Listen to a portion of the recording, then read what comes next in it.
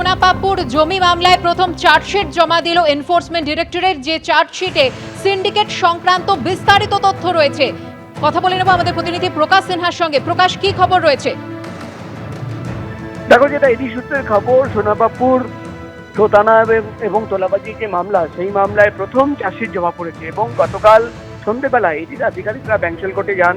ব্যাংশাল কোর্টে যে ED special court, সেই কোর্টে এই মামলায় প্রথম চার্জশিট জমা দেওয়া হয়েছে এবং অভিযুক্ত হিসেবে জয় কামদার, তোমার মনে থাকবে এই মামলায় প্রথম যাকে গ্রেফতার করা হয়েছিল, একজন ডেভেলপার প্রমোটার জয় কামদার, তার বিরুদ্ধে চার্জশিট জমা পড়েছে। তার একাধিক কোম্পানির নাম রয়েছে এবং চার্জশিটে ইডির তরফে বিস্তারিত তথ্য দেওয়া হয়েছে যে কিভাবে ক্রিমিনাল প্রমোটার এবং পুলিশের একটা সিন্ডিকেট র্যাকেট কাজ করত, যারা কিন্তু জমি হাতিয়ে নিত, তোলাবাজি এবং প্রতারণার একাধিক অভিযোগ যাদের বিরুদ্ধে রয়েছে।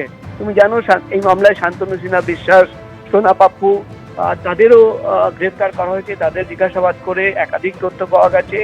এই চার্জশিটে ইডির তরফে জানানো হয়েছে যে তাদের তদন্ত শেষ হয়নি, তারা আগামী দিনে আরো তদন্ত চালিয়ে যাবেন। সোনাপাপ্পু এবং শান্তনু সিনহা বিশ্বাস, তাদের ইনভলভমেন্ট নিয়ে আগামী দিনে তারা চার্জশিট জমা করবেন।